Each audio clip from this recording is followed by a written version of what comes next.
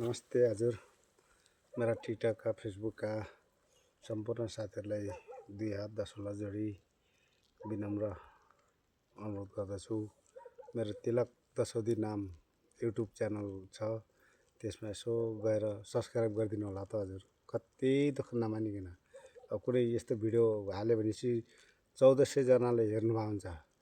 कमसे एक एकजना सब्सक्राइब गरेको भए त अलि हुन्थ्यो नि। त कुरो यो भिडियो बनाउनको मुख्य तात्पर्य के भनेपछि नि, हामी कृषि प्रधान देश, खेतीपाती गर्छौँ र लगाएको अन्नबालीहरू जङ्गली जनावरले खाइदिँदाखेरि हामीहरूले जीवनयापन कसरी अगाडि बढ्ने, कसरी चलाउने त भन्ने कुरो यसको रोकथामको लागि, यसको सुरक्षाको लागि या माथिबाट हुन्छ या तलबाट भन्नाले के स्थानीय तहबाट या त माथि सरकारबाट कुनै यस्तो आइडिया, कुनै जुक्ति, कुनै बुद्धि, कुनै उपाय ल्याइदिनु पऱ्यो के।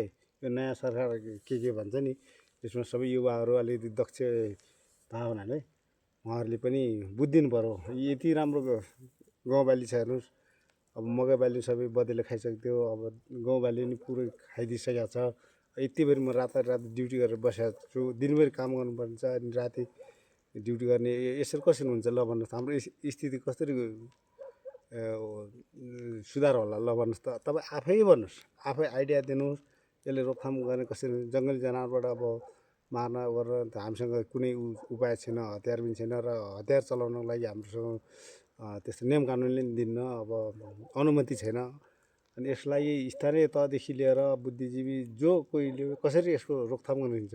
यो हाम्रो यो ठाउँमा मात्रै होइन, हरेक ठाउँ जिल्लामा यस्तो खबरहरू सुनिन्छ कि कुनै तराईतिर बँदेल, हात्ती, निलगाई, जङ्गली जनावरबाट धेरै नोक्सान भएको हुन्छ। हाम्रो यो ठाउँमा विशेष गरेर बँदेल, बाँदरबाट हो, दुईवटा बाट आउने भएको हुनाले यसको चाहिँ कुनै उपाय गर्नु पर्यो हेर्नुहोस्। यस्तो त हुन्न हजुर, मैले पताएको छैन। यस्तरी हाम्रो जीवन उँभो लाग्दैन। एक त आकाशे खेतीको भर, हिउँदमा बर्सात अलि भयो भनेदेखि हुने यही गहुँजो हो। त्यो पनि 2-4 दिन रोडा खाएर सकिजान्छ हेर्नुहोस्। अब झ्यानबाट खान त अब त्यो पानी पर्दैन, सिँचाइ छैन, तोरी खेती, तोरी उत्पादन खासै हुँदैन हेर्नुहोस्।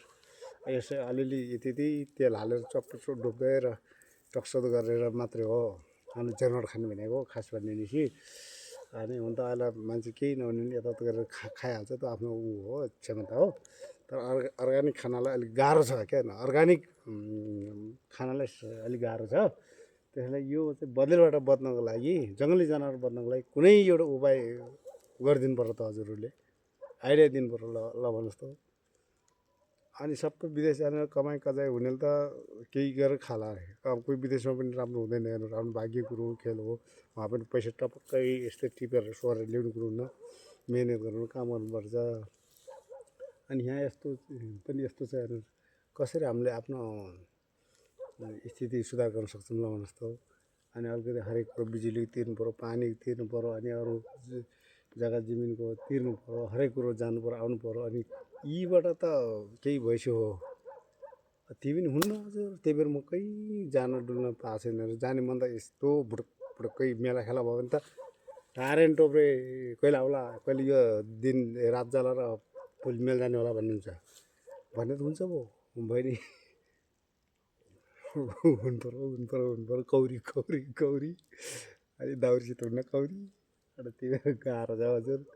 कसैले यहाँ जाम भन्नुहुन्छ, जानु मन छ अनि के गर्ने हेर्नुहोस्। अलिअलि लगा बाली बोटहरू सबै बँदेले खाइदिन्छ।